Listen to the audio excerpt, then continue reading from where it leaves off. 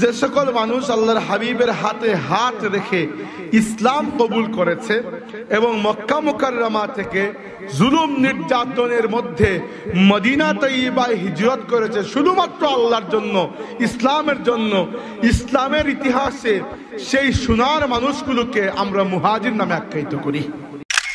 সরল পথ কিরকম? আল্লাহর নবী বাঁশের একটি কঞ্চি হাতে নিয়ে মাটির মধ্যে একটি রেখা এঁকেছেন, একে বলেছেন এটি হচ্ছে সিরাতুল মুস্তাকিম, আল্লাহর দেওয়া সরল সঠিক পথ, এবং এর চারপাশে বিভিন্ন আঁকা বাঁকা রেখা এঁকেছেন, একে বলেছেন এগুলো হচ্ছে শয়তানের পথ, তোমরা যদি এগুলোতে যাও শয়তান তোমাদেরকে এগুলোতে নিয়ে যেতে চাইবে, যদি যাও তাহলে আল্লাহর জান্নাত থেকে তোমরা বঞ্চিত হয়ে যাবে। সিদ্দিক কারা? সিদ্দিক হচ্ছে সাধারণ অর্থে সত্যবাদী, কিন্তু আমার মতো কালে বাদরে হঠাৎ করে সত্য কথা বললেন এরকম মানুষকে সিদ্দিক বলা হয় না।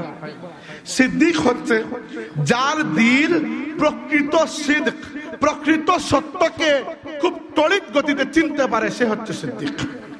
2 নম্বর, শুধু যে চিনতে পারে তা নয়, সেটিকে কবুল করে। 3 নম্বর, শুধু যে কবুল করে তা নয়, এটিকে রক্ষা করার জন্য নিজের প্রাণ দিয়ে দাঁড়ায়।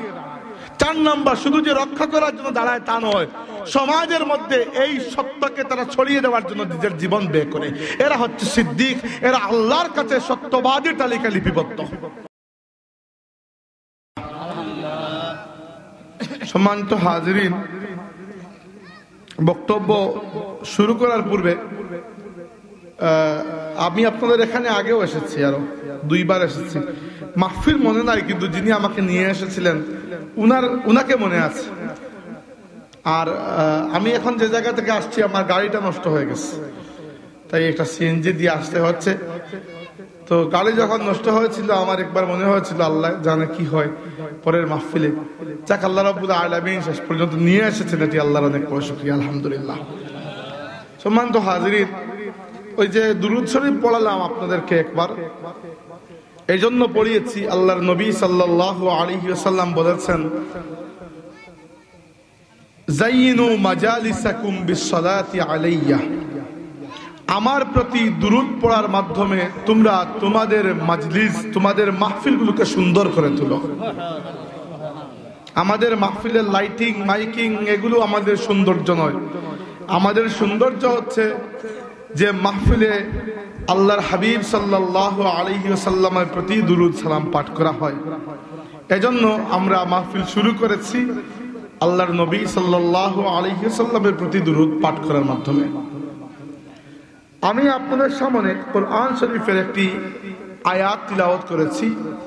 আল্লাহ রাব্বুল আলামিন সেই আয়াতে যে সকল মানুষেরা তার নবী সাল্লাল্লাহু আলাইহি ওয়াসাল্লামকে সঙ্গ দিয়েছেন, যাদের বাহুর বলে আল্লাহর নবী সাল্লাল্লাহু আলাইহি ওয়াসাল্লাম আল্লাহর রাস্তায় তার উম্মতের প্রাণকে কুরবান করেছেন, সেই সকল মানুষের ক্যাটাগরি আমাদেরকে বলেছেন এবং তাদের জন্য কি পুরস্কার আল্লাহ রেডি করে রেখেছেন সেই কথাগুলো বলেছেন। আরেকটা আয়াতও আমাদের বক্তব্যের ফাঁকে আসবে, যদি তিলাওয়াত করি নাই, আমি শেষ পর্যন্ত যদি সুযোগ থাকে সেটিকে নিয়ে আসবো। এই আয়াত থেকে শুরু করি আমরা। আল্লাহ রাব্বুল আলামিন বলেছেন, ওয়াস-সাবিকুনাল আউয়ালুনা মিনাল মুহাজিরিনা ওয়াল আনসার, মুহাজির এবং আনসারদের মধ্যে যারা অগ্রগামী ছিল, যারা এগিয়ে ছিল, ওয়াল্লাযীনা তাবাউহুম বিইহসান, এবং ভালো কাজে, ইহসানের কাজে যারা এদের অনুসরণ করেছিল, রাদিয়াল্লাহু আনহুম ওয়া রাদু আনহু, আল্লাহ তাদের সবার প্রতি সন্তুষ্ট হয়ে গেছেন, তারাও আল্লাহর প্রতি সন্তুষ্ট হয়ে গেছে।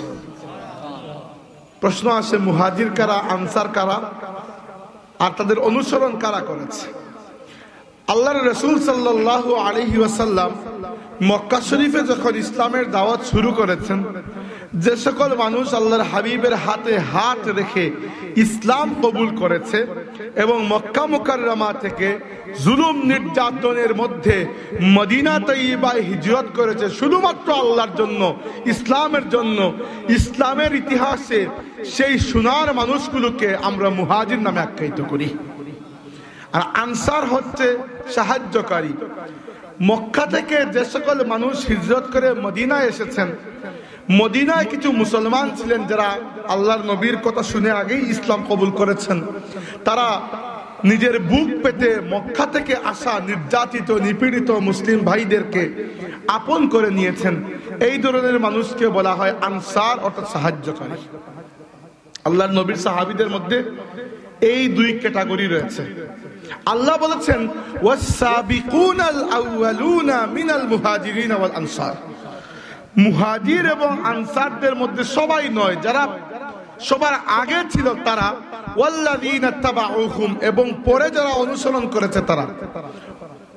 এর মানে আমরা বুঝতে পারি যে কোনো নেকির কাজে যিনি প্রথমে দায়িত্ব গ্রহণ করে পদক্ষেপ নেন আর যারা তাকে দেখে পরে আসেন, উভয়ের মর্যাদা সমান নয়।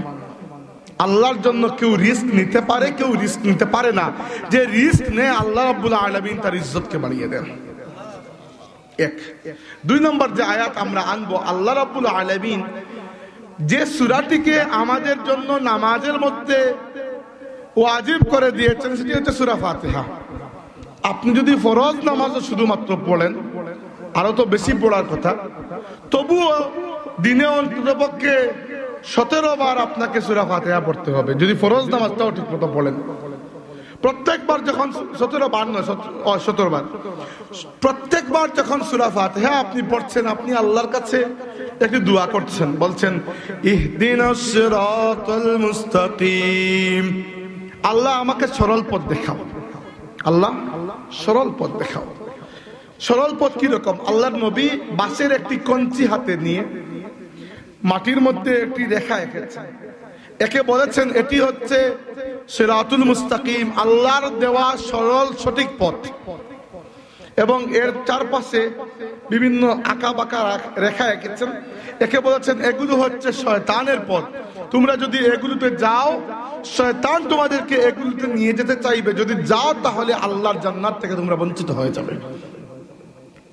এবার পেলাম সিরাতুল মুস্তাকিম, পেলাম এটা শয়তানেরও ভিন্ন ভিন্ন রাস্তা রয়েছে।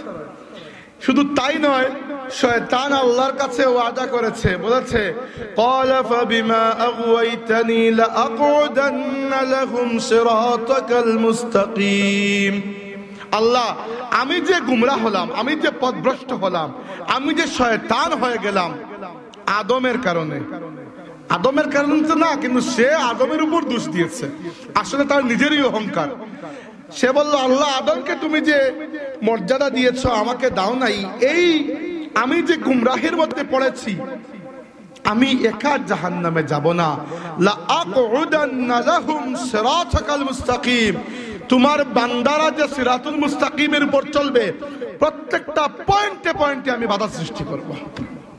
এরপরে বলেছে সুম্মা লাআতিয়ান্নাহুম মিন বাইনি আইদিহিম, আমি তাদের সামনে থেকে আসব, ওয়া মিন খালফিহিম, পেছন থেকে, ওয়া আন আইমানিহিম ওয়া আন শামাইলিহিম, ডান থেকে এবং বাম থেকে। তোমার বান্দাদেরকে প্রত্যেকটা দিক থেকে আমি ওয়াসওয়াসা দেব, গুমরাহ করার চেষ্টা করব।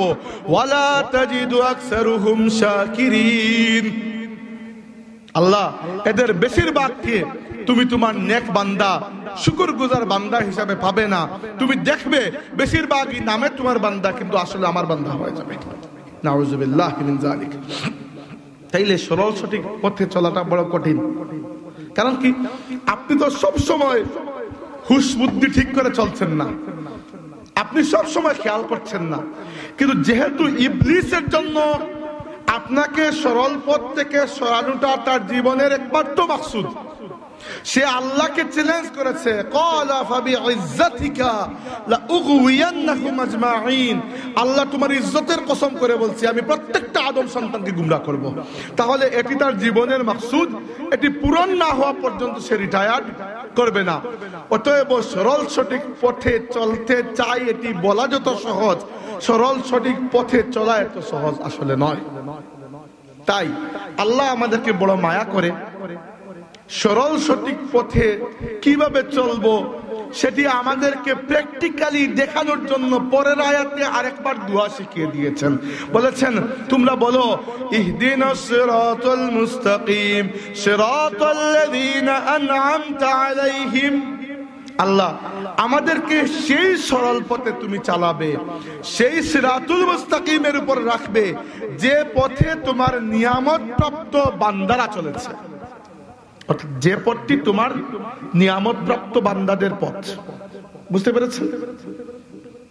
নিয়ামত প্রাপ্ত বান্দা কারা? এইটাও একটা প্রশ্ন। এইটার জবাব আল্লাহ দিয়েছেন, বলেছেন মিনাল্লাযীনা আন'আমা আল্লাহু আলাইহিম মিনান নাবিয়্যিনা ওয়াস-সিদ্দীকীনা ওয়াশ-শুহাদা'i ওয়াস-সালিহিন।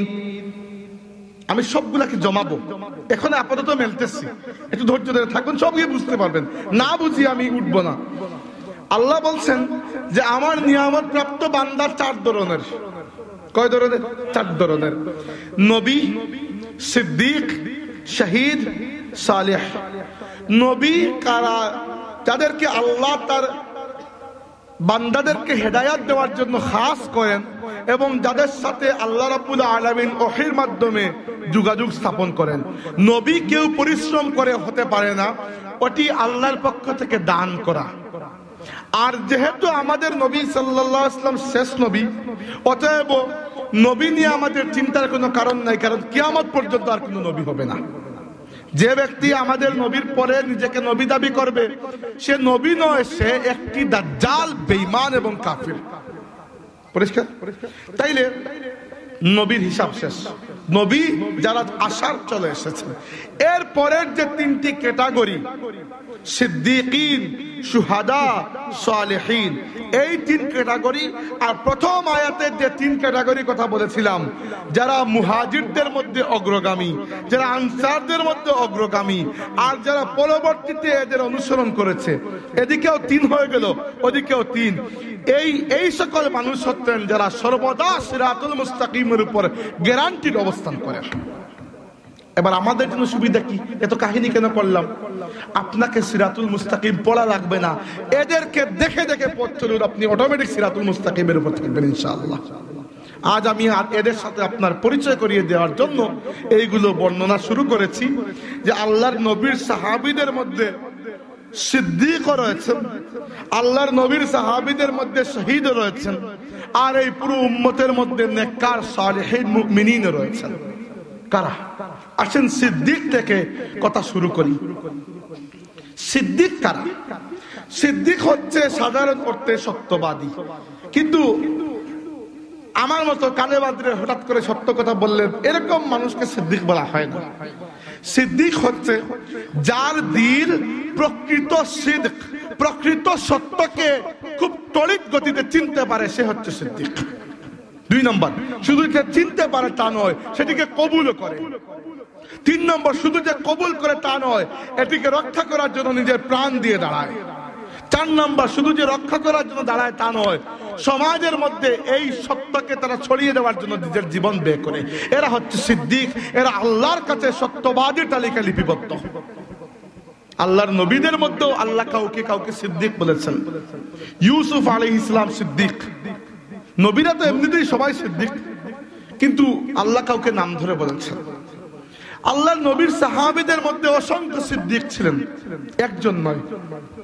তার মধ্যে সবচেয়ে বড় সিদ্দিক হচ্ছেন আবু বকর সিদ্দিক রাদিয়াল্লাহু আনহু। এজন্য উনাকে আমরা বলি আস-সিদ্দিক আল আকবার, সবচেয়ে বড় সিদ্দিক। সবচেয়ে বড় সিদ্দিক যখন একজন আছেন, তার মানে বোঝা গেল উনার নিচেও আরো সিদ্দিক আছেন।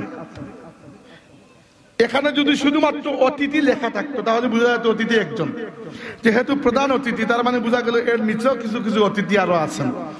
তো এরকম আল্লাহর নবীর সাহাবী শুধু নয়, পুরো উম্মতের মধ্যে, পুরুষদের মধ্যে নবীর পরেই 2 নম্বর যার অবস্থান, তিনি হচ্ছেন সিদ্দিক আকবর আবু বকর রাদিয়াল্লাহু আনহু। মহিলাদের মধ্যে কে?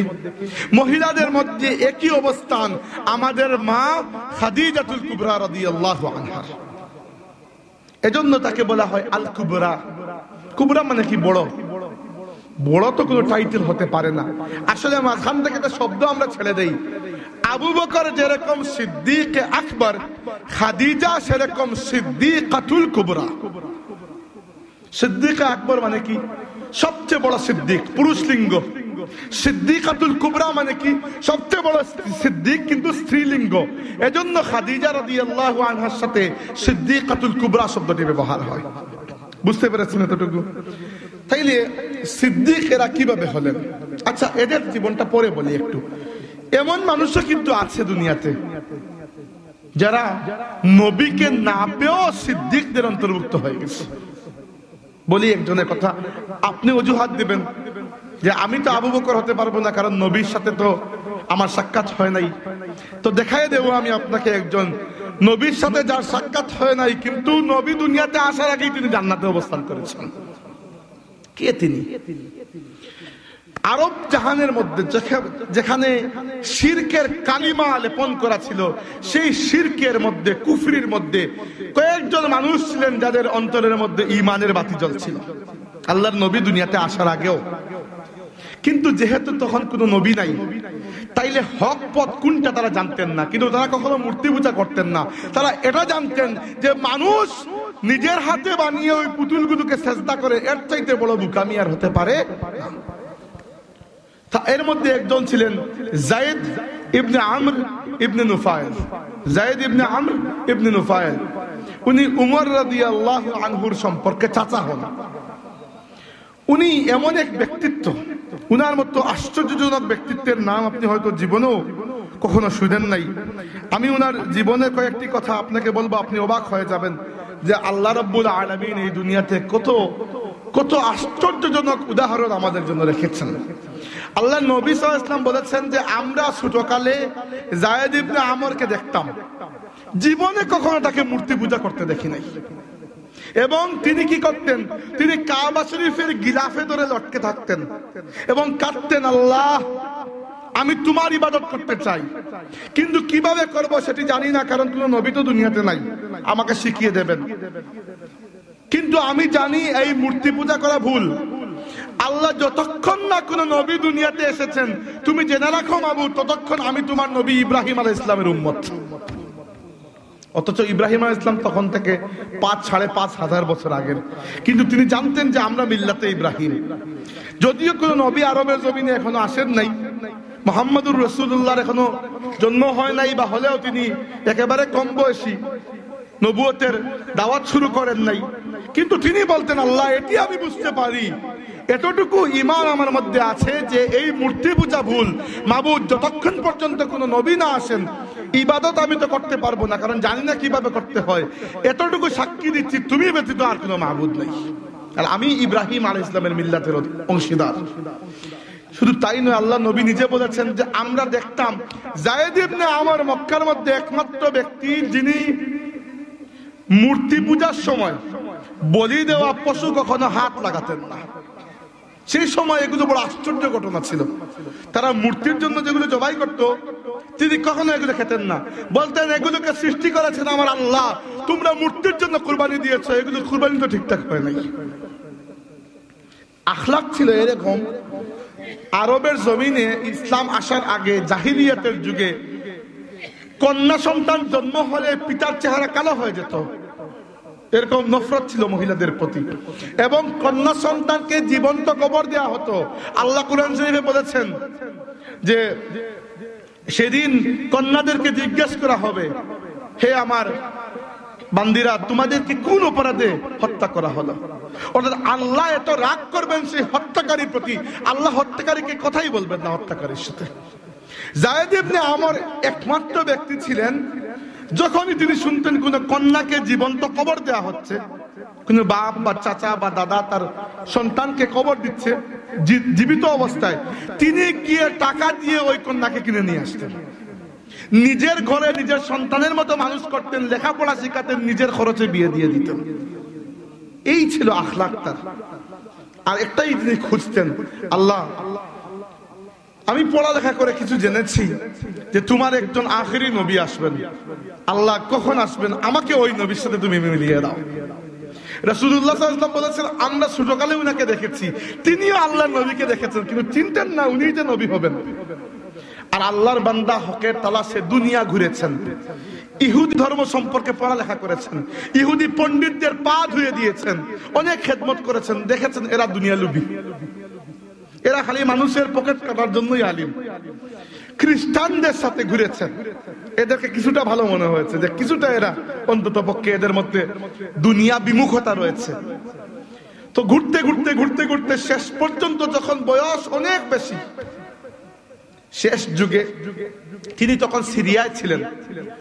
এক খ্রিস্টান পণ্ডিত, হক খ্রিস্টান পণ্ডিত তাকে বলেছিল যে তুমি যে হকের তালাশ করছো সারা জীবন ধরে, এই হক সেই জায়গায় প্রকাশিত হবে যে জায়গা থেকে তুমি এসেছো।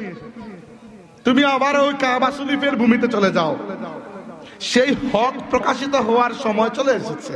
আল্লাহ নবী মাত্র ইসলামের দাওয়াত শুরু করেছেন, কি করেন নাই এখনো, এরকম অবস্থায় তিনি যা কিছু ওইখানে ছিল সব ছেড়ে ছুড়ে যত দ্রুত সম্ভব মক্কার দিকে পা বাড়িয়েছেন। সারা জিন্দেগি যে হকের তালাশ করেছি, আজকে আমি সেই হকের দেখা পাবো, এবং কল্পনা করছেন মনে মনে যে কি হতে পারে আমাদের মক্কা শহরের মধ্যে, কে হতে পারে যেদিন আখেরি নবী। হয়তো আমাদের নবীর কথা মাথায় এসেছে, জানি না আমরা। মক্কা শরীফ থেকে কয়েক কিলোমিটার দূরে থাকতে ডাকাত দল তাকে গ্রেফতার করে ফেললো, তার কাছ থেকে সবকিছু লুটে নিয়ে গেল এবং বলল যে আমরা তোমাকে হত্যা করব, কারণ তুমি যদি বেঁচে ফিরতে পারো তাহলে আমাদের কথা মানুষকে বলে দেবে, এজন্য তোমাকে আমরা হত্যা করব। তিনি অনেকক্ষণ তাদেরকে বুঝালেন যে আমার জীবনটা যে জিনিসের জন্য গিয়েছে সে জিনিসটা আমি পাওয়ার পথে, এখন আমার সাথে এই আচরণটা করো না। কিন্তু এক সময় তিনি বুঝতে পারলেন যে আর সুযোগ নেই, ডাকাতটা তাকে অবশ্যই হত্যা করে ফেলবে। যখন তিনি নিশ্চিত হয়ে গেলেন যে ডাকাতটা তাকে হত্যা করে ফেলবে, তখন তিনি আল্লাহর কাছে একটি দোয়া করলেন। দোয়াটি খুব খেয়াল করে শুনুন, এমন দোয়া প্রত্যেক বাবার করা উচিত। তিনি দোয়া করলেন, আল্লাহুম্মা ইন কুনতা হারামতানি মিন সুহবাতি নাবিয়িকা ফালা তাহরিমনি মিন ইবনি সাঈদ। হে আল্লাহ, যদি তোমার ইচ্ছা হয়েই যায়, তোমার মনসা, তোমার তাকদীরের লেখা এটি থাকে যে আমি তোমার নবীর সহবত পাবো না, যদি তোমার এটা ইচ্ছা হয়, মাবুদ ঠিক আছে, তোমার ইচ্ছায় আমি খুশি, কিন্তু আমার সন্তান সাঈদকে তুমি তোমার নবীর সাহাবী বানানো থেকে বঞ্চিত করো না আল্লাহ। ডাকাত দল তাকে হত্যা করলো। ইন্না লিল্লাহি ওয়া ইন্না ইলাইহি রাজিউন। হকের এত নিকটে এসেও হলো না। এবং যায়েদ ইবনে আমর ইবনে নুফাইল রাদিয়াল্লাহু আনহু যে আল্লাহ রাব্বুল আলামিনের কাছে এই দোয়া করেছেন, আল্লাহ সুবহানাহু ওয়া তাআলা তার দোয়াকে এমন ভাবে কবুল করেছেন যে আল্লাহর নবী যখন ইসলামের দাওয়াত শুরু করেছেন, প্রথম যে কয়েকজন মানুষ ইসলাম কবুল করেছেন তার মধ্যে একজন হচ্ছেন যায়েদ ইবনে আমরের পুত্র সাঈদ রাদিয়াল্লাহু আনহু।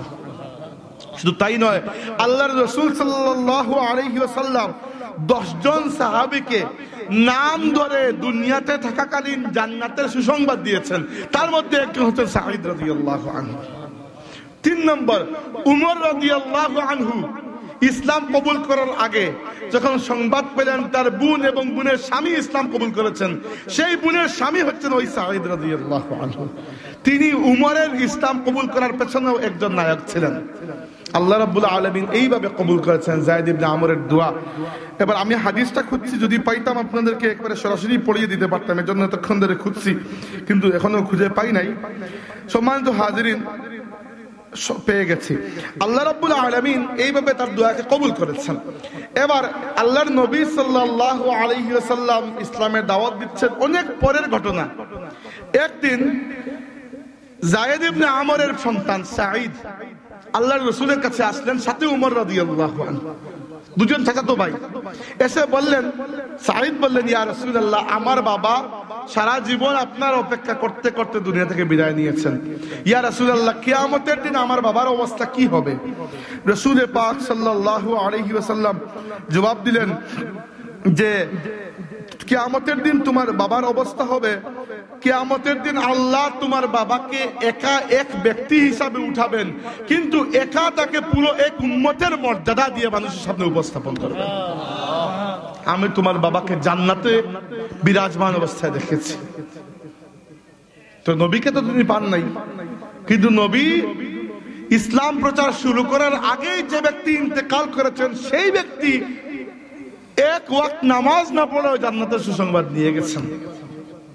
এই হচ্ছে ওয়াস-সাবিকুন আল-আউয়ালুন। এরা পদক্ষেপ নিয়েছিলেন। মক্কায় হয়তো অনেকের দিলেই ছিল এটা যে মূর্তি পূজা খারাপ, কিন্তু কেউ মুখ ফুটে বলতেন না, কারণ মার পড়বে। এই একজন মানুষ সাহস করে বলতেন যে না, মূর্তি পূজা এটা নিষিদ্ধ, এটা খারাপ, এটা খবাসাত, নাজাসাত। এটা আল্লাহ রাব্বুল আলামিন কত দাম দিয়েছেন। এটাই বলছিলাম, ওয়াস-সাবিকুন আল-আউয়ালুন, যারা এগিয়ে গিয়ে পদক্ষেপ নেয়, আর ওয়াল্লাযীনা তাবাউহুম, যারা পেছনে অনুসরণ করে। দুই মানুষের মর্যাদা সমান নয়। জান্নাতে সবাই যাবেন ঠিক আছে, কিন্তু আল্লাহর কাছে মর্যাদা সবার সমান নয়। তাইলে আমরা কি বললাম, কার কথা? এমন একজন সিদ্দিকের কথা যার জীবন থেকে আমাদের শিকার আছে। আসি আরেকজন সিদ্দিকের কথা, আমাদের আসল সিদ্দিক আবু বকর সিদ্দিক রাদিয়াল্লাহু আনহু। এরপরে বলবো একজন শহীদের কথা, এরপরে বলবো একজন সালেহের কথা, এরপরে বক্তব্য শেষ করব।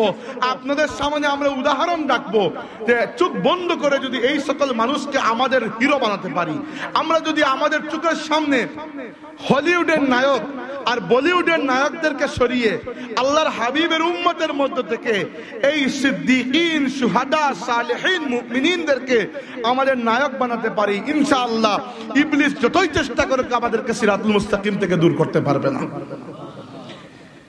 এবার আল্লাহর নবীর উম্মতের মধ্যে, উনি আল্লাহর রাসূলের উম্মতের মধ্যে শামিল নন। যায়েদ ইবনে আমর, কারণ তো কালিমা পড়েন নাই, কিন্তু জান্নাতি। উনি একবার, আল্লাহ নবী একবার বললেন আল্লাহ তাকে কিয়ামতের দিন ইব্রাহিম আলাইহিস সালামের উম্মত বানিয়ে তুলবেন। কারণ যেহেতু তিনি দুনিয়াতে থাকতে বলতেন আল্লাহ আমি ইব্রাহিম আলাইহিস সালামের মিল্লাতের অংশীদার। আমাদের নবীর উম্মতের মধ্যে সবচেয়ে বড় সিদ্দিক হচ্ছেন আবু বকর সিদ্দিক রাদিয়াল্লাহু আনহু। আবু বকর সিদ্দিক রাদিয়াল্লাহু আনহু সেই সিদ্দিক, আমি কিছুক্ষণ আগে বলেছিলাম 10 জন সাহাবী দুনিয়াতে থাকতে নাম ধরে আল্লাহর নবী তাদেরকে জান্নাতের সুসংবাদ দিয়েছেন। আবু বকর রাদিয়াল্লাহু আনহু, উমর ইবনে খাত্তাব, ওসমান ইবনে আফফান, আলী ইবনে আবি তালিব, তালহা ইবনে উবাইদিল্লাহ, জুবাইর ইবনে আওয়াম, আব্দুর রহমান ইবনে আউফ, সাদ ইবনে আবি ওয়াক্কাস, আবু উবাইদা ইবনে জাররাহ এবং সাঈদ ইবনে যায়েদ, ওই যে যার বাবার কথা বলেছিলাম উনি। এই 10 জনের নাম ধরে আল্লাহ নবী বলেছেন তুমি জান্নাতি, তুমি জান্নাতি, তুমি জান্নাতি। বাকি সবাই এমনিতেই জান্নাতি, কারণ আল্লাহর নবী বলেছেন লা তামাসসুন নারু মুসলিমান রাআনি, যে মুসলমান ঈমানের চোখে আমাকে দেখেছে তার জন্য জান্নাত জাহান্নামের আগুন হারাম হয়ে গেছে। আমরা কি করলাম? আমরা তো নবীকে দেখি নাই, তাই না? তো বড় একটা আফসোস আমাদের, কিন্তু আফসোসের মধ্যে মজা আছে। আল্লাহর রাসূল বলেছেন তুবা লিমান রাআনি ওয়া আমানা বি ওয়া তুবা 7 মাররাতিন লিমান আমানা বি ওয়া লাম ইয়ারানি। মুবারকবাদ দিচ্ছি আমার সেই সকল উম্মতকে যারা আমাকে দেখে আমার প্রতি ঈমান এনেছে, আর 7 বার মুবারকবাদ দিচ্ছি আমার সেই সকল উম্মতকে যারা না দেখে আমার প্রতি ঈমান এনেছে। তাহলে আমরা 7 বার মুবারকবাদের যোগ্য। আল্লাহ নবী একবার বললেন জান্নাতুল বাকি থেকে একজন সাহাবীকে কবর দিয়ে আসছেন, আসার পথে বললেন আমার বড় ইচ্ছা আমার ভাইদেরকে আমি দেখবো। সাহাবীরা বলেন ইয়া রাসূলুল্লাহ আমরা কি আপনার ভাই নই? আল্লাহ নবী বলেন না, তোমরা আমার সাহাবী, আমার ভাই হবে আমার সেই সকল উম্মত যারা আখেরি জামানায় দুনিয়াতে আসবে। এরা আমাকে দেখবে না, কিন্তু একটিবার আমাকে দেখার জন্য তাদের ধন সম্পত্তি, মাল সামান, পরিবার পরিজন কুরবান করতেও রাজি থাকবে। এই মহব্বত যার মধ্যে আছে সে ঈমানের সুইটনেস, মিষ্টতা অনুভব করতে পেরেছে। উমর রাদিয়াল্লাহুর কথা পরে বলবো, একটা কাহিনী মনে হয়ে গেল বলে দিই, এটা হাদিস। একবার উমর রাদিয়াল্লাহু এসে বললেন ইয়া রাসূলুল্লাহ আমি আপনাকে বড় বেশি মহব্বত করি, আমার পুরো সয় সম্পত্তি যা কিছু আছে দুনিয়াতে সব থেকে বেশি মহব্বত আমি আপনাকে করি। 2 নম্বর, ইয়া রাসূলুল্লাহ আমার আওলাদ, পরিবার পরিজন থেকেও আমি আপনাকে বেশি মহব্বত করি। আল্লাহ নবী বললেন উমর তুমি কি তোমার প্রাণের চাইতেও আমাকে বেশি মহব্বত করো? আমরা হলে কি বলতাম জি জি অবশ্যই, কেন নয়, তাই না? উমর রাদিয়াল্লাহু আনহু এক কথার মানুষ, তিনি চিন্তা করে দেখলেন সত্যি না, তিনি বলেন না, হক কথার মানুষ হক কথা বলেছেন, আর নবীর কাছে মিথ্যা বলে লাভ কি? নবী তো বুঝতেছেন আপনার অন্তরের খবর। আল্লাহ নবী বলেন ওমর অন্তর থেকে তোমার নিজের প্রাণ থেকে বেশি হতে হবে। তিনি রাতে বাড়িতে গেলেন, চিন্তা করতেছেন, অঙ্ক মিলাইতেছেন যে কিভাবে এটা প্রমাণ করব যে আমি প্রাণের চাইতে বেশি মহব্বত করি কিনা। আল্লাহ দিলের মধ্যে ঢেলে দিলেন। উমর রাদিয়াল্লাহু আনহু একটি পিকচার কল্পনা করলেন যে মনে করেন একটা তীর ছুড়ে আসছে, আল্লাহর রাসূল দাঁড়ানো, আমিও দাঁড়ানো। এবার আমি কি পলায়ন করব নিজের প্রাণ বাঁচানোর জন্য, নাকি নিজের বুক পেতে আল্লাহ নবীকে রক্ষা করব, কোনটা? সারা রাত চিন্তা করে যখন ইয়াকিন হয়ে গেল যে একবারে আল্লাহ সাক্ষী, এটি ইয়াকিন যে আমি পালাবো না, আমার নিজের বুক পেতে আল্লাহর হাবিবকে রক্ষা করব, সকালে উঠে গিয়ে বললেন, ইয়া রাসূলুল্লাহ, এখন আমি আপনাকে আমার প্রাণের চাইতে বেশি মহব্বত করি। আল্লাহ নবী বললেন, আল আন ইয়া উমর, আল আন উমর, এখন জাগা লাগছে। এই হচ্ছে সৎ কথা। এরা সত্যবাদী মানুষ, বানিয়ে বলে লাভ নাই, বানিয়ে বলে হবেও না। তাইলে আবু বকর রাদিয়াল্লাহু আনহু, যাদের কথা বলছিলাম যে 10 জন সাহাবী জান্নাতের সুসংবাদ পেয়েছেন, আবু বকর সেই সাহাবী, ইসলামের সেই খাদিম। এই 10 জনের মধ্যে 6 জন মানুষ শুধুমাত্র আবু বকরের দাওয়াতে ইসলাম কবুল করেছেন। ওটা ইসলাম কবুল করে তিনি পিরানি পীর হয়ে আসন সাজিয়ে তেল পানি পড়া শুরু করেন নাই, ইসলামের খেদমত শুরু করেছেন, ইসলামের দাওয়াত শুরু করেছেন। ওদিকে আমাদের মা খাদিজা রাদিয়াল্লাহু আনহা, আমি আমার মায়ের কবরের পাশে 3 বার দাঁড়িয়েছি। না, আমার নিজের মা তো বেঁচে আছেন, আমি ওই মায়ের কথা বলছি। খাদিজা রাদিয়াল্লাহু আনহার কবর শরীফের পাশে আল্লাহ 3 বার দাঁড়ানোর সুযোগ দিয়েছেন মক্কা শরীফে, জান্নাতুল মুআল্লায়। একবার 2000 সালে, একবার 2005 সালে, তাই না মনে আছে, বয়স ছিল মোটামুটি, ক্লাস 2 তে পড়তাম মনে হয়। 2005 সালে 2 তে না, দুঃখিত, ভুল করলাম, ক্লাস 4 এ মনে হয় পড়তাম, যাই হোক ফাটাবে, ভুলে গেছি। 2000 সালে, সরি 2000 সালে ক্লাস 2 তে পড়তাম, এটা ঠিক আছে। 2005 সালে হিফজে ছিলাম, তখন আমার 13 পাড়ায় সবক ছিল। আর 2016 সালে তখন তো ইউনিভার্সিটিতে ছিলাম, তখন তার সবই বুঝতাম। তো 3 বারই আমি বলেছি দাঁড়িয়ে যে মা, ইসলামের জন্য আপনি যা করেছেন, দুনিয়ার সব মানুষের ইহসানের বদলা যদি এই উম্মত দিতে পারে, মা আপনার ইহসানের বদলা এই উম্মত কখনো দিতে পারবে না। আপনার ইহসানের বদলা আল্লাহ দেবেন কিয়ামতের দিন, শুধু একা আপনার জন্য নয়, পুরো উম্মতের পক্ষ থেকে আমাদের মাকে আল্লাহ বদলা দেবেন ইনশাআল্লাহ। আমাদের মা সেই সময় আল্লাহর রাসূলের সাপোর্ট সিস্টেম ছিলেন, যখন ওই ছাদকে ধরে রাখার জন্য কোনো পিলার ছিল না, তখন আমাদের মা দাঁড়িয়েছেন। আল্লাহর নবী সাল্লাল্লাহু আলাইহি ওয়াসাল্লাম এসে ঘরে আসলেন, একটু ভয় পেয়েছেন, বলেছেন, জাম্মিলুনি জাম্মিলুনি ইন্নী খাশিতু আলা নাফসি, আমাকে চাদর দিয়ে কম্বল দিয়ে ঢেকে ফেলো, আমি নিজের প্রাণের ব্যাপারে ভয় করছি। আমি হেরা গুহায় ছিলাম, কেউ একজন আসলেন, আমাকে বললেন ইকরা, পড়ো। আমি বললাম, মা আনা বিকারি, আমি পড়তে পারি না। তিনি এমন জোরে জড়িয়ে ধরলেন, এভাবে 3 বার হলো। তারপরে বললেন, তিনি কোরআনের আয়াত নাযিল হয়েছিল প্রথমবার, আল্লাহ নবীর জন্য প্রথম অভিজ্ঞতা। রাসূলুল্লাহ সাল্লাল্লাহু আলাইহি ওয়াসাল্লাম একটু ভয় পেয়েছেন। খাদিজা রাদিয়াল্লাহু আনহা সেই সময় তিনি নিজেও জানতেন না কি হচ্ছে, তবুও যেভাবে সান্ত্বনা দিয়েছেন, বলেছেন, ওয়াল্লাহি লা ইউখজিকাল্লাহু আবাদা, যাই হোক না কেন, জানি না আপনার কাছে কে এসেছে, মানুষ না জিন নাকি ফেরেশতা, যেই আসুক, আমি আল্লাহর কসম করে গ্যারান্টি দিচ্ছি, আল্লাহ আপনার মাথাকে নিচু করবেন না। ইন্নাকা লাতাসিলুর রাহিম ওয়া তাহমিলুল কাল্লা ওয়া তুকরিদ দাইফ ওয়া তাকসিবুল মা'দুম ওয়া তুইনু আলা নওয়াইবিল হক। আপনি মক্কার মধ্যে সেই ব্যক্তি যিনি এতিমের মাথায় হাত রাখেন, অসহায় ব্যক্তির বোঝা বহন করেন, যিনি মেহমানকে সম্মান করেন, আত্মীয়দের খোঁজ খবর নেন, আপনার মতো নেক মানুষ। তখন তো নবী, খাদিজা জানতেন না নবী কিনা, আপনার মতো নেক মানুষের কোনো ক্ষতি আল্লাহ হতে দেবেন না। এই হচ্ছেন খাদিজা। আল্লাহর রাসূল সাল্লাল্লাহু আলাইহি ওয়াসাল্লাম মাঝে মধ্যে বলতেন যে খাদিজার মতো কোন মানুষ আল্লাহ আমার জীবনে দেন নাই। এটি শুনে আল্লাহর নবীর অন্য স্ত্রীরা একটু মন খারাপ হতো, খুব মন খারাপ। একবার আয়েশা রাদিয়াল্লাহু আনহা, আয়েশা নিজেই বলেছেন যে আমি নিজের চোখে জীবনে খাদিজাকে দেখি নাই, খাদিজা ইন্তেকালের পরে আমার আল্লাহর নবীর সাথে বিয়ে হয়েছে, তবুও আমার মনে ওনার জন্য বিরাট একটা জেলাসি ছিল, তাই না? এটা গায়রাত ছিল। আল্লাহর নবী তাকে এত মহব্বত করতেন, তিনি ইন্তেকালের পরে, খাদিজা ইন্তেকালের পরে আল্লাহর রাসূল সাল্লাল্লাহু আলাইহি ওয়াসাল্লামের ঘরে কোনো যদি ভালো খাবার আসতো, গোশত, রাসূল সাল্লাল্লাহু খাদিজা রাদিয়াল্লাহু আনহার আত্মীয় স্বজন এবং বান্ধবীদেরকে ওইগুলো একটা হাত দিয়ে পাঠাতো। এবং তিনি নিজে বলেছেন, আল্লাহর রাসূল বলেছেন, ইন্নী কাদ রুজিকতু হুব্বাহা, খাদিজার মহব্বতকে আল্লাহ আমার মনে রিজিক হিসাবে দিয়ে দিয়েছেন। এইরকম মহব্বত আল্লাহ নবী সাল্লাল্লাহু আলাইহি ওয়াসাল্লাম করতেন। যাই হোক, যেটা বলছিলাম যে আবু বকর রাদিয়াল্লাহু আনহু সেই ব্যক্তি যিনি ইসলামের পক্ষে এইরকম দাঁড়িয়েছিলেন। আল্লাহর নবী সাল্লাল্লাহু আলাইহি ওয়াসাল্লামকে একবার বললেন, ইয়া রাসূলুল্লাহ, আমি হিজরত করব। আল্লাহ নবী নিষেধ করলেন। সব মানুষ ততদিনে হিজরত করেছে বেশিরভাগই। আল্লাহ নবী বললেন যে আমি হিজরত করব, আর আমি চাই আমার হিজরতের সময় তুমি আমার সঙ্গী হবে। হিজরতের রওনা দিয়েছেন রাসূলুল্লাহ এবং আবু বকর রাদিয়াল্লাহু আনহুমা। আর সাথে আবু বকর রাদিয়াল্লাহু আনহুর একজন খাদিম আমির ইবনে ফুহায়রা, উনি পথ দেখানোর জন্য মক্কা শরীফ থেকে মদিনা তাইয়্যিবা পর্যন্ত যে রোড, সেটি উত্তর দিকে, কিন্তু মক্কার কাফিররা যেহেতু তাদেরকে খুঁজছে, তাই মূল সড়কে না গিয়ে উল্টা পথে দক্ষিণ দিকে এসে গারে সৌর নামক পর্বতের গুহায় 3 দিন অবস্থান করে তারপরে বর্তমান জেদ্দা ইয়াম্বু এলাকা ঘুরে অনেক অন্য পথ দিয়ে আল্লাহর নবী সাল্লাল্লাহু আলাইহি ওয়াসাল্লাম মদিনা শরীফে গিয়েছেন।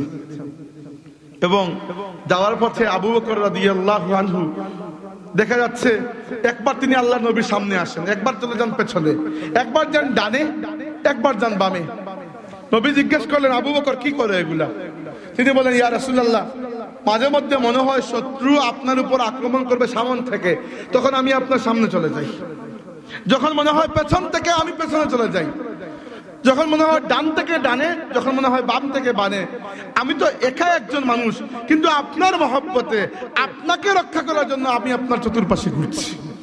আল্লাহ নবী বললেন, ইয়া আবা বকর, মা যান্নুকা বিইসনাইনি আল্লাহু সালিসুহুমা। আমরা দুজন, কিন্তু সেই দুজন যাদের সাথে আরেকজন আল্লাহ রয়েছেন সব সময়। লা তাহজান ইন্নাল্লাহা মা'ানা, চিন্তা করো না, আল্লাহ আমাদের সাথে আছেন। এই ভরসা রাসূলুল্লাহর সাথে, এই সম্পর্ক। আবু বকর রাদিয়াল্লাহু আনহু মদিনা শরীফে গিয়েছেন এবং আবু বকর রাদিয়াল্লাহু আনহু আল্লাহর নবী সাল্লাল্লাহু আলাইহি ওয়াসাল্লামকে এত বেশি সঙ্গ দিয়েছেন, এত বেশি সঙ্গ দিয়েছেন, রাসূলুল্লাহ নিজের জবান মুবারক থেকে বলেছেন। চিন্তা করে দেখুন, এরকম কে বলে? আল্লাহ নবী বলেছেন, লাউ কুনতু মুত্তাখিজান খালিলান গায়রা রাব্বি লাত্তাখাযতু আবু বকর খালিলা। যদি আমি আল্লাহ ছাড়া অন্য কাউকে আমার পরম বন্ধু বানিয়ে থাকি, তাহলে আবু বকর আমার পরম বন্ধু। এইরকম বন্ধুত্ব, রাসূলুল্লাহর সাথে সম্পর্ক স্থাপন করা। একটা ঘটনা উনার আমার খুবই প্রিয়, আমি অনেকবার বলেছি, আজকেও বলবো। সহিহ বুখারী শরীফের হাদিস, এটি কাহিনী নয়। যতগুলো বললাম এগুলো এখনো পর্যন্ত মনে করবে না বিনা দলিলে কথা বলেছি, দলিল উপস্থাপন করে নাই। বারবার কিতাবের নাম বললে আপনারা সবগুলো চিনবেন না, বিরক্ত হবেন, কিন্তু যদি কেউ খুঁজে না আমার কাছে নিয়ে নেবেন। আমি কখনোই নিয়ে কথা বলি না। একবার আল্লাহর নবীর সাহাবীদের ইমানের এবং আল্লাহ নবীর সাথে সম্পর্কের লেভেলটা দেখুন। দেখুন একবার কোন লেভেলে গেলে মানুষ সিদ্দিক হতে পারে। একবার আল্লাহ রাসূল সাল্লাল্লাহু আলাইহি ওয়াসাল্লাম মদিনার বাইরে গিয়েছেন এটি বিচার করার জন্য। আস্তে আস্তে নামাজের সময় হয়ে গেছে। এবার ওদিকে বিলাল রাদিয়াল্লাহু আনহু চিন্তা করেছেন, নামাজের সময় হয়ে যাচ্ছে, জামাতের সময় চলে যাবে, আল্লাহর নবী এখনো আসেন নাই, সাহাবীদের মধ্যে কাউকে ইমামতি করতে হবে। বিলালও জানতেন যে নবীর পরে 2 নম্বর মর্যাদা হচ্ছে আবু বকর সিদ্দিকের। তিনি বললেন, আপনি ইমামতি করুন। উনি খানিকক্ষণ না করে চলে গেলেন। কি করবেন, ফরজ তো আদায় করতে হবে। যাওয়ার পরে 1 রাকাত শেষ করেছেন, আল্লাহ রাসূল চলে এসেছেন। এবার আপনি যদি 1 রাকাত শেষ হওয়ার পরে যান মাসবুক অবস্থায়, নিয়ম কি? যেখানে জায়গা পেয়েছেন সেখানে দাঁড়িয়ে যাবেন, নাকি কাতার ভেঙে আগে চলে যাবেন? আমি চেয়ারম্যান না, হবে না, হারাম এটা। যে জায়গায় জায়গা পেয়েছেন সেখানে দাঁড়িয়ে যাবেন। কিন্তু নবীর জন্য এই নিয়ম নয়। নবী উম্মতের মুক্তাদা, নবী উম্মতের আগে থাকবেন, এটি আল্লাহর আইন। রাসূলুল্লাহ চাইলে পেছনে দাঁড়াতে পারতেন, নামাজ শেষ হওয়া পর্যন্ত সমস্যা ছিল না, কিন্তু চাইলে আবার আগেও যেতে পারেন। নবীর এই খুসুসি পাওয়ার রয়েছে। আল্লাহর নবী পেছনের কাতারকে সামান্য ভেঙে একটু সামনে গেলেন, মানে পেছনের কাতারটা অতিক্রম করলেন। ভেঙ্গে মানে পুরো কাতার তছনছ করে নয়, একজন মানুষকে সামান্য সরিয়ে সামনে গেলেন। এবার ওরা সব তো দেখে ফেললো আল্লাহ নবী চলে এসেছেন, আগের কাতারের এরা দেখে নাই। পেছনের কাতারের এরা চিন্তা করলেন, আগেরদেরকে জানাবো আমরা। লুকমা দিতে হয়, তাই না? এরকম অবস্থায় কিভাবে? প্রথমে তো অন্য কারোর জন্য এই নিয়মই না, যত বড় লাট সাহেবের ছেলে আসুন না কেন কাউকে জানানোর কিছু নাই, কিন্তু নবী এসেছেন, দ্যাটস দ্য ডিফারেন্স, নবী এসেছেন। এবার তৎকালীন সময় পর্যন্ত আল্লাহর নবী লুকমা দেওয়ার সিস্টেমটা শিখান নাই। আমরা কিভাবে সহজ জানেন, আমরা তো কিতাবের মধ্যে লেখা পেয়ে যাই সবগুলো, কিন্তু সাহাবীদের জন্য সিস্টেমটা ছিল এরকম, যখন যেটা আসতো আল্লাহর নবী শিখিয়ে দিতেন এরকম। তো সাহাবীরা চিন্তা করলেন যে আমরা আওয়াজ করি, আওয়াজ করলেন, তাসফিক বলা হয় আরবিতে, এভাবে একটা হাতের উপর আরেকটা হাত এভাবে এভাবে আওয়াজ করলেন। যখন আওয়াজ করলেন আগের কাতারে এরা বুঝতে পারলো যে কিছু একটা হয়েছে। কি হয়েছে? এরা মুহাম্মদুর রাসূলুল্লাহর সাহাবী, নামাজের মধ্যে তীর মারলেও এরা নড়ে না। এই নামাজের মধ্যে যখন এরা আওয়াজ করছে নিশ্চয়ই রাসূলুল্লাহ সাল্লাল্লাহু আলাইহি ওয়াসাল্লাম এসেছেন, অন্য কোনো কারণ নাই। এরা একটু সাইড দিল, আল্লাহর নবী আরেক কাতার গেলেন, ওই কাতারও তাসফিক দিল, আগের কাতার ভাঙলো, আল্লাহর নবী গেলেন, যেতে যেতে একেবারে সামনের কাতারে। তখন পুরো মসজিদে শুধু তাসফিক চলতেছে। ইমাম সাহেব ওদিকে খেয়াল করেন নাই, কারণ ইমাম হচ্ছেন আবু বকর সিদ্দিক রাদিয়াল্লাহু আনহু। তিনি যখন নামাজে দাঁড়াতেন দুনিয়া ভুলে আল্লাহর জন্য মশগুল হয়ে দাঁড়াতেন। আমাদের মতো না, যেটা মশা উড়ে গেলে খপ করে ধরে ফেলবো, আমাদের নামাজ তো হচ্ছে এরকম, তাই না? এইরকম না নামাজ। ওয়াকুমু লিল্লাহি কানিতিন, কুনুতের সাথে বান্দা হয়ে গোলাম হয়ে দাঁড়াও আল্লাহর সামনে। হাজিরিন, এবার যেই সময় পুরো মসজিদে তালি হচ্ছে খালি, তখন তো কানে কিছু না কিছু আসবে। আবু বকর রাদিয়াল্লাহু আনহু, যে ব্যক্তি নামাজের মধ্যে এদিক ওদিক তাকানোর কথা নয়, তিনি বুঝতে পারলেন নিশ্চয়ই আল্লাহ নবী এসেছেন। তিনি চোখের কোনা দিয়ে পেছনে দেখলেন, দেখলেন আল্লাহ রাসূল দাঁড়ানো। আবু বকর রাদিয়াল্লাহু আনহু নামাজের মধ্যে, নামাজ ভাঙ্গেন নাই, ইমামতি ছেড়ে পেছনে চলে আসতে চাইলেন। যখন 2 কদম পেছনে এসেছেন, আল্লাহর রাসূল সাল্লাল্লাহু আলাইহি ওয়াসাল্লাম হাত মুবারক দিয়ে পিঠে ইশারা দিয়েছেন, বলেছেন আমসিক মাকানাক, জায়গায় থাকো, নামাজ শেষ করো। আবু বকর রাদিয়াল্লাহু আনহু আরো 2 পা এগিয়ে আবার মিহরাবে চলে গেছে, গিয়ে তাহরিমা বাঁধেন নাই, গিয়ে আল্লাহর কাছে দোয়া করেছেন, আল্লাহ তোমার নবী যে আমাকে যোগ্য মনে করেছেন এজন্য তোমার শুকরিয়া। এই দোয়া করে আবার পেছনে চলে এসেছে। কি আজব নামাজ চলতেছে। এখন জামাত চলতেছে, কোনো ইমাম নেই। আবু বকর রাদিয়াল্লাহু আনহু পেছনে চলে এসেছেন, আল্লাহর নবীও তো সামনের কাতারে, মেহরাবে কোনো ইমাম নেই, অথচ জামাত চলতেছে। রাসূল সাল্লাল্লাহু আলাইহি ওয়াসাল্লাম দেখলেন নামাজ শেষ করতে হবে, এগিয়ে গেলেন, বাকি নামাজ শেষ করলেন। শেষ করার পরে জিজ্ঞাসা করলেন, ইয়া আবু বকর মা মানাকা আন তাসবুতা ইয আমারতুক, হে আবু বকর আমি যখন তোমাকে বললাম জায়গায় থাকো, জায়গায় থাকোনি কেন? আবু বকর রাদিয়াল্লাহু আনহু জবাব দিলেন, এমন এক জবাব দিলেন যেটি কোনো মুল্লার জবাব হতে পারে না, ওটি একজন আশিকের রাসূলের জবাব হতে পারে। তিনি জবাব দিলেন, মা কানা লিইবনি আবি কুহাফা আন ইউসাল্লিয়া বাইনা ইয়াদাই রাসূলিল্লাহ, ইয়া রাসূলুল্লাহ আবু কুহাফার ছেলে অর্থাৎ আবু বকর, আবু বকরের কি এমন সাহস যে আমার রাসূল পেছনে দাঁড়িয়ে থাকবেন আর আমি সামনে নামাজ পড়াবো? নামাজ যাবে যাক, আরেকবার পড়া যাবে। আপনার আদবের সাথে আবু বকর কখনো দ্বিমত করবে না, আপনার আদবের সাথে কম্প্রোমাইজ হবে না। মা কানা লি ইবনি আবি কুহাফা আন ইউসাল্লিয়া বাইনা ইয়াদাই রাসূলিল্লাহ, আবু কুহাফার ছেলের কি সাহস আল্লাহর নবীকে পেছনে রেখে সে নামাজ পড়াবে? এই জবাব, আল্লাহর নবী আর কোনো কথা বলেন নাই, এই জবাব। এইরকম সম্পর্ক রাসূলুল্লাহর সাথে একজন মানুষকে সিদ্দিক বানাতে পারে।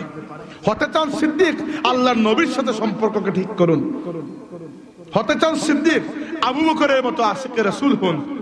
নিজের বাবাকে কাঁধে করে নিয়ে এসেছেন মক্কা বিজয়ের দিন, ইয়া রাসূলুল্লাহ আমার বাবা শেষ পর্যন্ত ইসলাম কবুল করতে রাজি হয়েছেন, বুড়া মিয়া, চুল দাড়ি সব সাদা দবদবা। আল্লাহর নবী বললেন, তুমি কষ্ট করে উনাকে আনতে গেলে কেন? আমি বাড়িতে চলে যেতাম। আবু বকর বললেন, আমার বাবার জন্য আপনি কষ্ট করে হেঁটে যাবেন, এটা বেয়াদবি। তো এই বুড়া মেয়েকে নিজে নিয়ে এসেছি।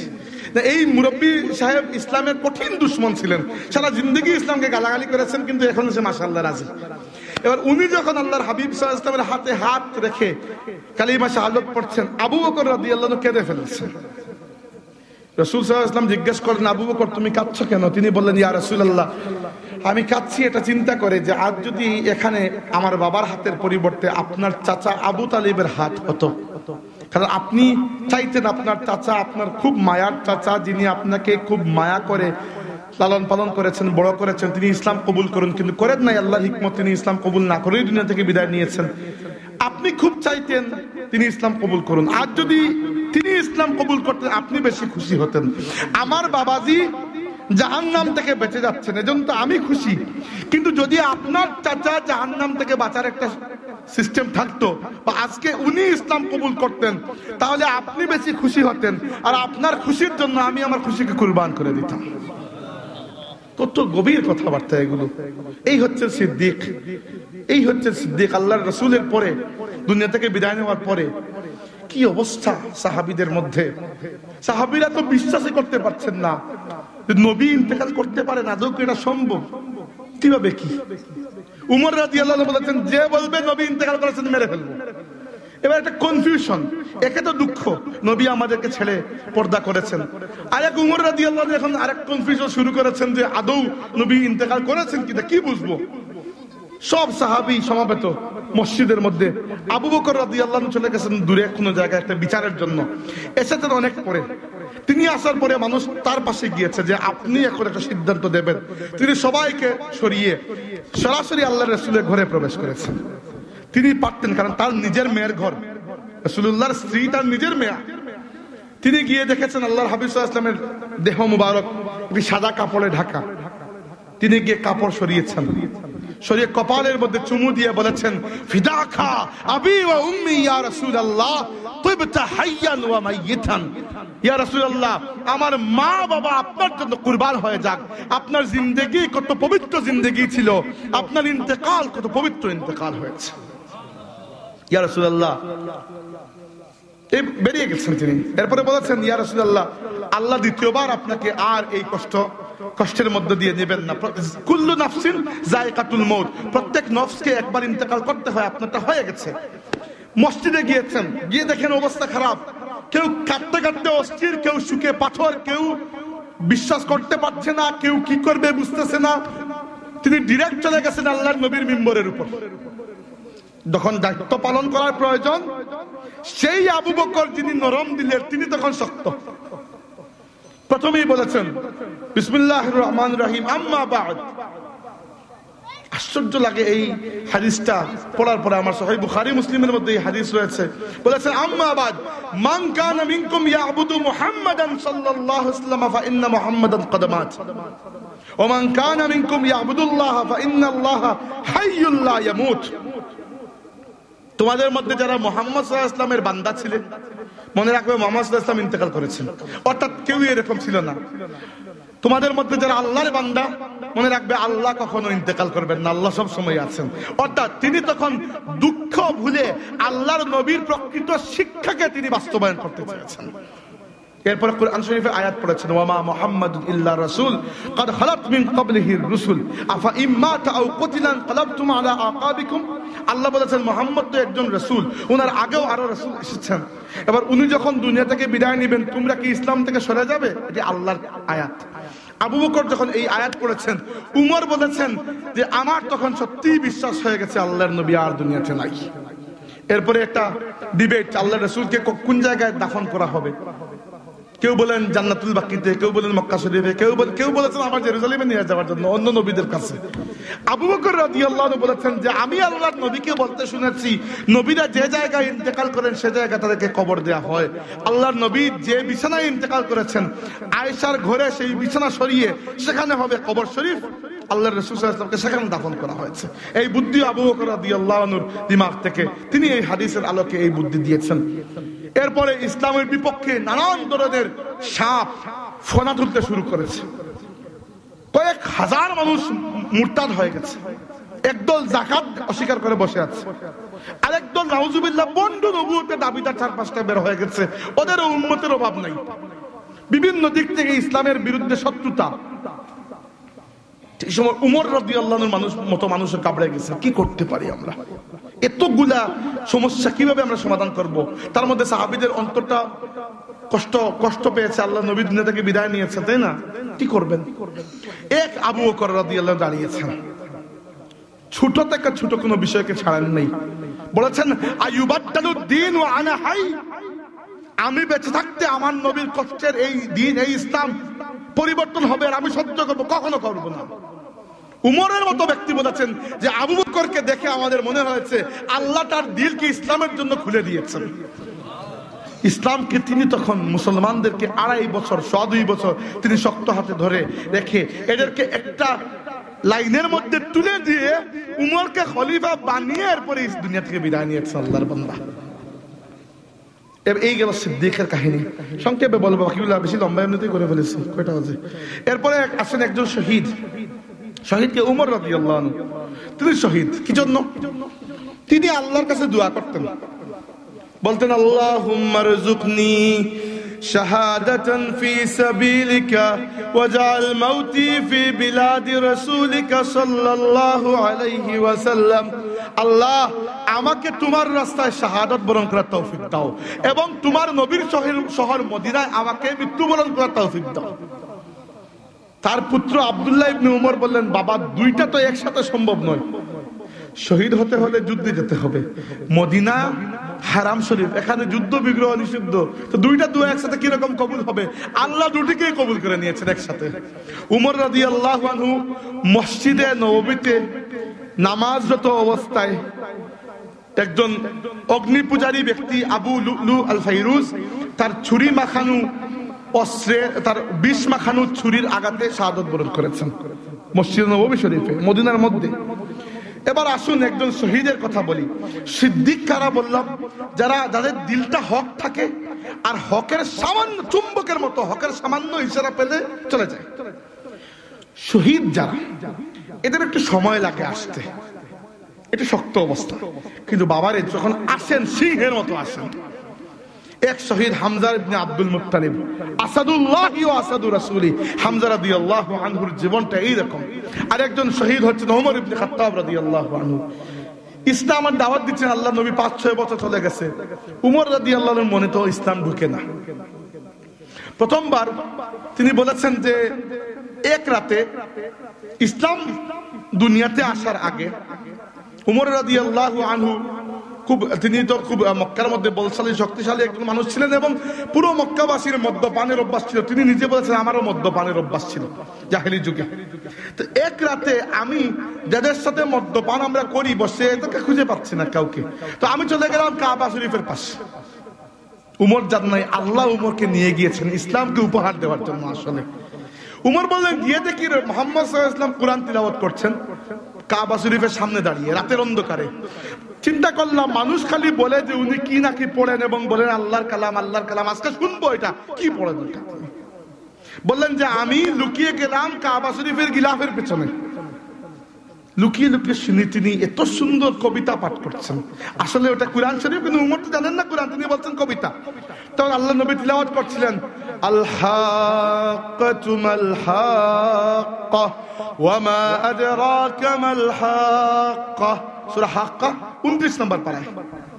উমর বললেন এত সুন্দর কবিতা, তিনি চিন্তা করেছেন কি কবিতা। সাথে সাথে সূরা হাক্কার মধ্যে সেই আয়াত চলে আসলো, আল্লাহর নবী সেই আয়াত তিলাওয়াত করলেন যে আয়াতে আল্লাহ বলেছেন ওয়া মা হুয়া বিকাউলি শাইর, এটি কোনো কবির কবিতা নয়। সাথে সাথে জবাব চলে আসলো। উমর রাদিয়াল্লাহু আনহু ভয় পেয়ে গেলেন। আমি মনে মনে চিন্তা করলাম কবিতা, আর মুহাম্মদ সাল্লাল্লাহু আলাইহি ওয়াসাল্লাম সাথে সাথে বলে দিলেন এটা কোনো কবিতা নয়। উনি কি জ্যোতিষী, গণক, জাদুকর? আমার ব্রেন কি তিনি পড়তে পারছেন? সাথে সাথে সূরা হাক্কার সেই আয়াত চলে আসলো। আল্লাহ নবী বললেন ওয়ালা বিকাউলি কাহিন, এটি কোনো জাদুকরের কথাও নয়। উমর বললেন আমার ভয়ে তো অন্তরটা কেঁপে অস্থির, যা চিন্তা করি সামনের ব্যক্তি বলে দেন এগুলা।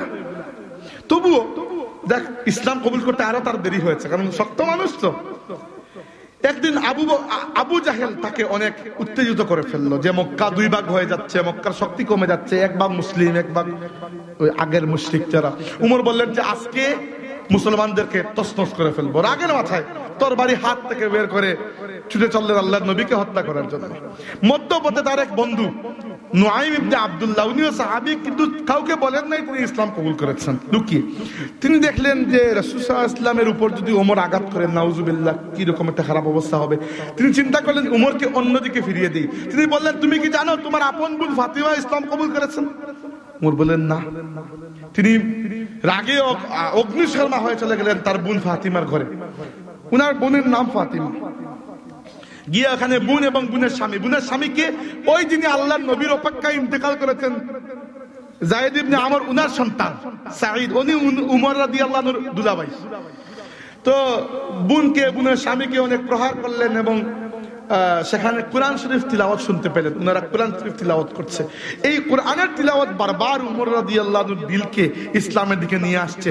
কিন্তু আবার কনফিউশন, আমি যদি ইসলাম কবুল করি তাহলে কি হবে, আমার বাপ দাদার ধর্মের কি হবে, মক্কার কি হবে, এটা সেটা নানান কিছু শয়তান কনফিউশন দিতেছে। শেষবার চেষ্টা করতেছে যে উমরকে ছাড়া যাবে না। উমর যদি হিজবুল শয়তান থেকে হিজবুল্লাহতে চলে যায় তাহলে হিজবুল শয়তান দুর্বল হয়ে যাবে। উমর রাদিয়াল্লাহু আনহু এসেছেন তরবারি হাতে আল্লাহ নবীর সামনে, মারেনও না কিছু করেনও না, বুঝতে পারতেছেন না কি করবেন, কনফিউজড পুরো। আল্লাহ নবী একটু সাহায্য করলেন, কাপড়ে ধরে টান দিলেন। উমর রাদিয়াল্লাহু আনহু হাঁটু মুড়ে বসে গেলেন। যেই মাত্র হাঁটু মুড়ে বসেছেন, অটোমেটিক মুখ থেকে বেরিয়ে এসেছে আশহাদু আল্লা ইলাহা ইল্লাল্লাহু ওয়া আশহাদু আন্না মুহাম্মাদান আবদুহু ওয়া রাসূলুহু। শয়তান সরে গেছে ভয় পেয়ে, তার জবান থেকে কালিমা তাইয়্যিবা বেরিয়ে এসেছে। প্রথম প্রশ্ন ইসলাম কবুল করার পরেই, আলাসনা আলাল হক ইয়া রাসূলুল্লাহ, ইয়া রাসূলুল্লাহ আমরা কি সত্য পথের পথিক? আল্লাহ নবী বলেছেন হ্যাঁ। ইয়া রাসূলুল্লাহ আপনি কি সত্য আল্লাহর নবী? হ্যাঁ। এই মাত্র তো তুমি নিজেই বললে। তাহলে আমরা এই ঘরের মধ্যে লুকিয়ে আছি কেন?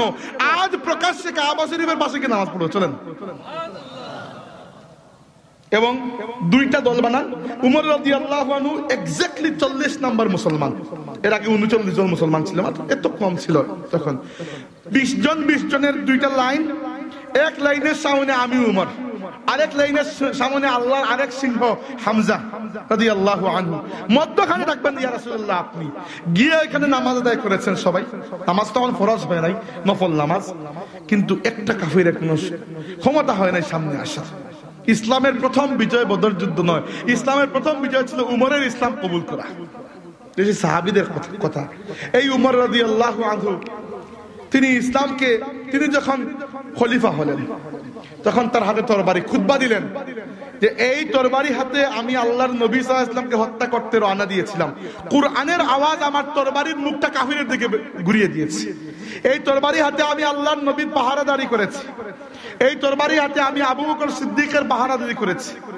আজ আমি মুসলিম বিশ্বের পাহারাদার। আজ যদি আমার হাতে এই তরবারি থাকে তাহলে এতিম বাচ্চা আমার কাছে আসতে ভয় পাবে, বিধবা, অসহায়, দুর্বল আমার কাছে আসতে ভয় পাবে। আমি আল্লাহর জন্য এই তরবারি ফেলে দিলাম। আজ থেকে বেতের কঞ্চি ব্যতীত আমি আর কিছুই হাতে নেব না। আল্লাহর জন্য তিনি তার বীরত্বকে এক প্রকার ত্যাগ দিয়েছিলেন বলে যায়। আল্লাহ মান রেখেছেন। আর কখনো উমরের তরবারি হাতে নেওয়া লাগে নাই। মসজিদে নববীর বারিন্দায় বসে উমর আঙ্গুল হেলিয়েছেন, আর ওইদিকে তিনটা মহাদেশ ইসলামের পায়ের নিচে চলে এসেছে। রোম পারস্য সাম্রাজ্য হাঁটু মুড়ে বসেছে উমরের সময়। চিঠি এসেছে, ওই যেদিন তিনি খলিফা হয়েছেন সেই দিন তার কাছে চিঠি এসেছে। আবু উবাইদা ইবনুল জাররাহ রাদিয়াল্লাহু আনহু, আল্লাহর নবীর বড় মায়ার সাহাবী, 10 জন শ্রেষ্ঠ সাহাবীর মধ্যে একজন, চিঠি দিয়েছেন যে আবু বকর যখন খলিফা ছিলেন তখন থেকে আমরা সিরিয়া এলাকা বিজয় করতে করতে এখন আমরা জেরুজালেম পর্যন্ত পৌঁছে গিয়েছি। আল্লাহর নবীর খলিফা তো ইন্তেকাল করেছেন, এখন আপনি আমিরুল মুমিনিন।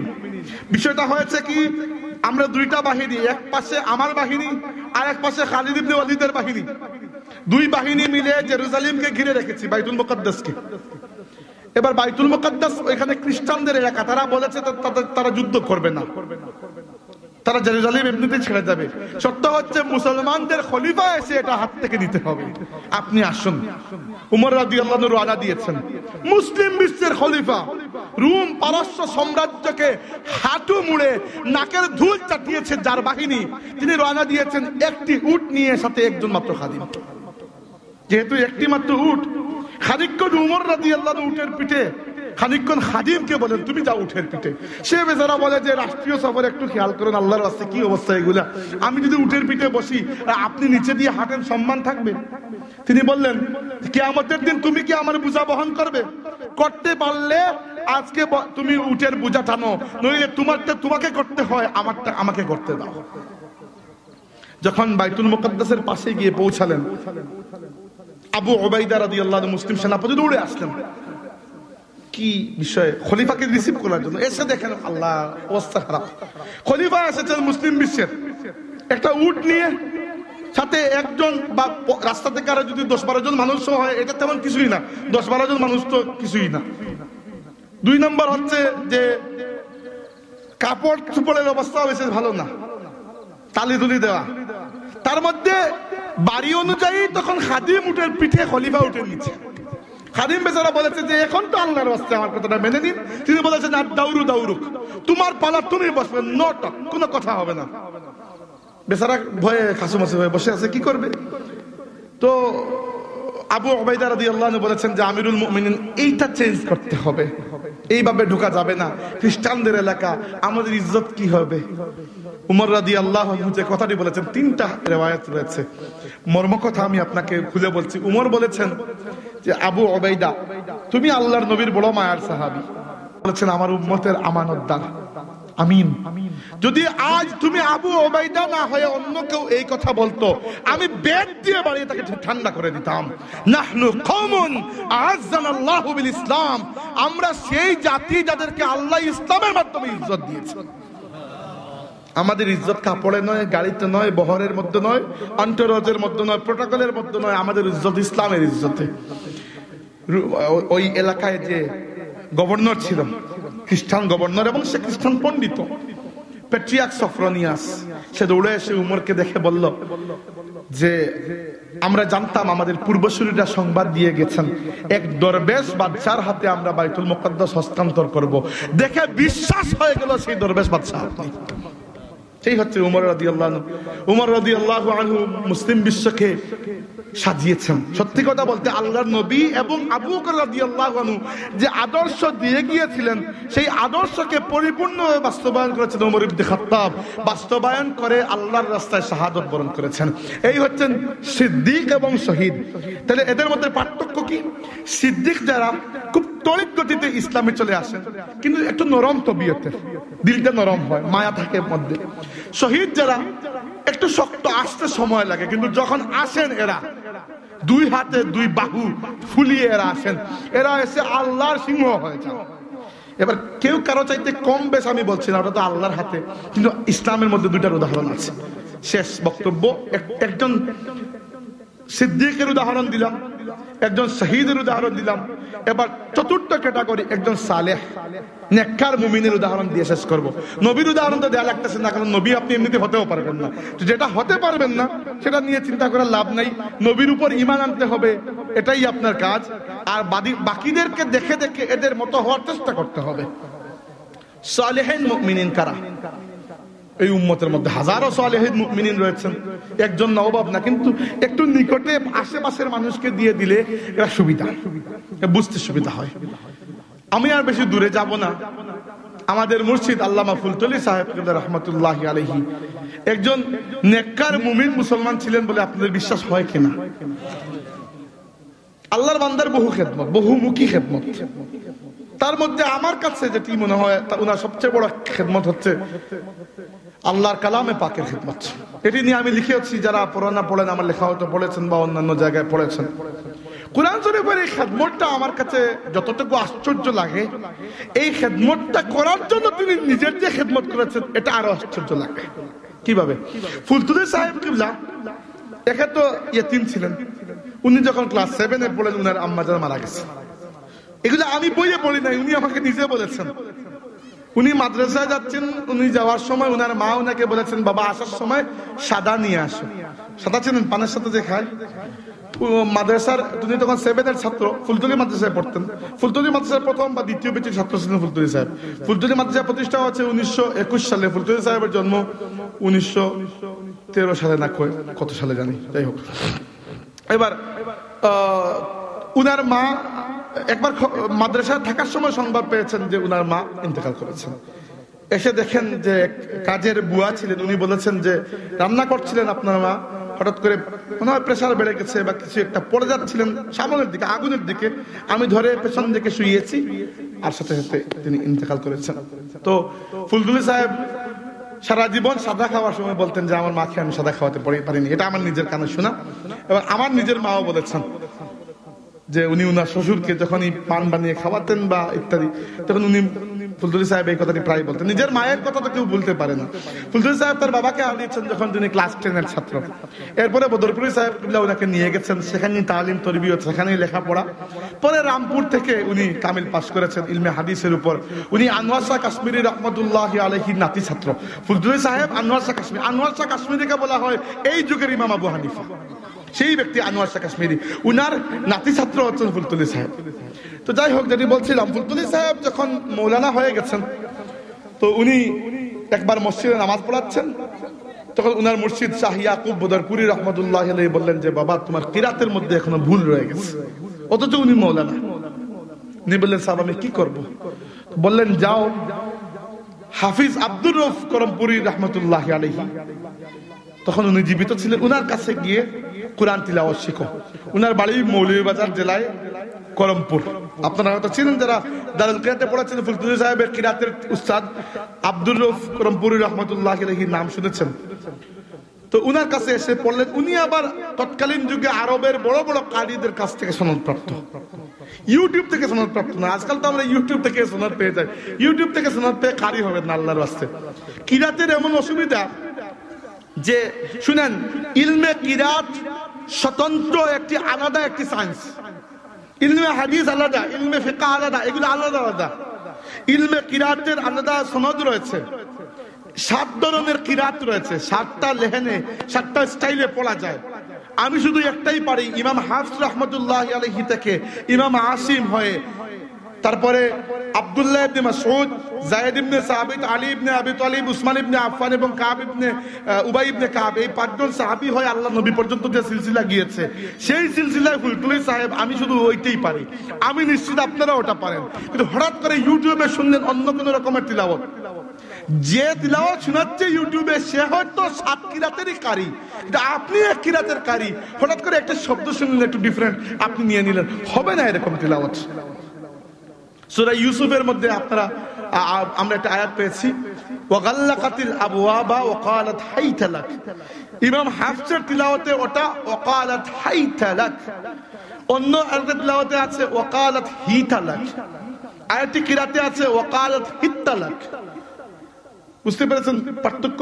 তো এইগুলো না শিখে খামাখা ইউটিউবে একটা দেখলেন না, শুরু করে দিলেন, পরে ওদিকে খুয়াবেন, নামাজি হবে না মাঝখান থেকে, এইগুলো করবেন না। তো ফুলতুলি সাহেব এসে হাফিজ আব্দুর রউফ শাহবাজপুরি করমপুরি রহমতুল্লাহ আলাইহির কাছে ইলমে কিরাত শেখার পরে তিনি চিন্তা করলেন এবার আমাকে শিখতে হবে কিরাত যে জায়গা থেকে উৎপন্ন হয়েছে, সেখান থেকে মক্কা শরীফ থেকে। চলে গেলেন মক্কা শরীফে, জাহাজে গিয়েছেন, 14 দিন লেগেছিল মুম্বাই থেকে। তো যাওয়ার পরে ওইখানে মক্কা শরীফের কারীদের মূল পরীক্ষক যিনি ছিলেন শেখ আহমদ হেজাজি মক্কি রহমতুল্লাহ আলাইহি, উনার কাছে গিয়ে আরজ করলেন যে আমি আপনার কাছ থেকে ইলমে কিরাতের সনদ দিতে চাই। উনি বললেন যে আমি কোনো আরবের বাইরের মানুষকে সনদ দেই না, এরা চুর, এরা শব্দ অক্ষর চুরি করে। জাল, জ, দাদ, দাল এগুলোর মধ্যে পার্থক্য করতে পারে না, এগুলোর মধ্যে সিন আর সা এগুলোর মধ্যে পার্থক্য হয় না, সা এবং সাদের মধ্যে পার্থক্য হয় না, জা এবং জর মধ্যে পার্থক্য হয় না, দাল এবং বদের মধ্যে পার্থক্য হয় না। পার্থক্য করতে হবে আপনাকে। তো ফুলতুলি সাহেব বলে নিরাশ, কি করবেন, এত দূর এসে খালি হাতে ফিরে যাব? অনেকদিন তিনি মাজলিসে বসেছেন। এই কাহিনী আমি নিজে ফুলতুলি সাহেবের মুখ থেকে শুনেছি। তো এক সময় তিনি চিন্তা করলেন হয়তো ওই উস্তাদ আর সনদ দেবেন না। তিনি বললেন সাহেব আমি এত দূর থেকে এসেছি, আপনি আমার কিরাত একটা আবার শুনে নিন, যদি শুনিয়ে যেতে পারি, সনদ নাই বা দিলেন, মনে করলাম আশা সার্থক হয়েছে। কিরাত শুনে তো উনি অভিভূত। ফুলতুলি সাহেব জড়িয়ে ধরেছেন, বাবা তুমি এই কিরাত কোন জায়গা থেকে শিখেছো? তো উনি বলেছেন যে আমি হাফিজ আব্দুর রউফ রহমতুল্লাহ আলাইহির ছাত্র। তো ফুলতুলি সাহেব দীর্ঘ কয়েকদিন ওখানে থেকেছেন, হয়তো বছরের উপরে।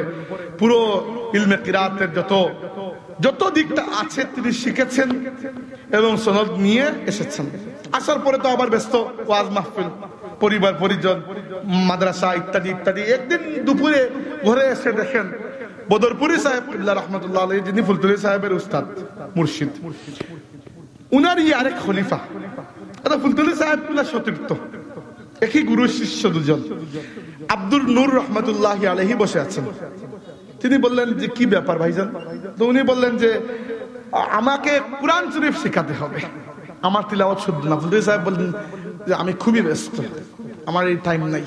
উনি চলে গেলেন, কয়েকদিন পরে আবার আসলেন, এসে বললেন আমাকে কোরআন শেখাতে হবে। ফুলতুলি সাহেব বললেন আমি তো আপনাকে আগেই বলেছি আমি ব্যস্ত। উনি বললেন আমি অনেক বড় জায়গা থেকে ওই এটা পেয়ে এসেছি, ওই আদেশ নিয়ে এসেছি। তো ফুলতুলি সাহেব চিন্তা করলেন সম্ভবত উনাদের মুর্শিদ যিনি বদরপুরি সাহেব রহমতুল্লাহ আলাইহি বলেছেন। উনি ফুলতুলি সাহেব জিজ্ঞেস করলেন কি সাহেব কিবলা আপনাকে পাঠিয়েছেন? উনি বললেন না, সাহেব কিবলা পাঠান নাই, সাহেব কিবলা থেকে অনেক বড় জায়গা থেকে আদেশ নিয়ে এসেছি। তো ফুলতুলি সাহেব জিজ্ঞেস করলেন যে এর চেয়ে বড় কোন জায়গা থেকে? উনি বললেন যে স্বপ্নে দেখলাম আল্লাহর হাবিব তাশরীফ এনেছেন সাল্লাল্লাহু আলাইহি ওয়াসাল্লাম। আমি বললাম ইয়া রাসূলুল্লাহ, আমি বিশুদ্ধ করে কোরআন তিলাওয়াত শুনবো। আল্লাহর নবী নিজে তিলাওয়াত করে শোনালেন।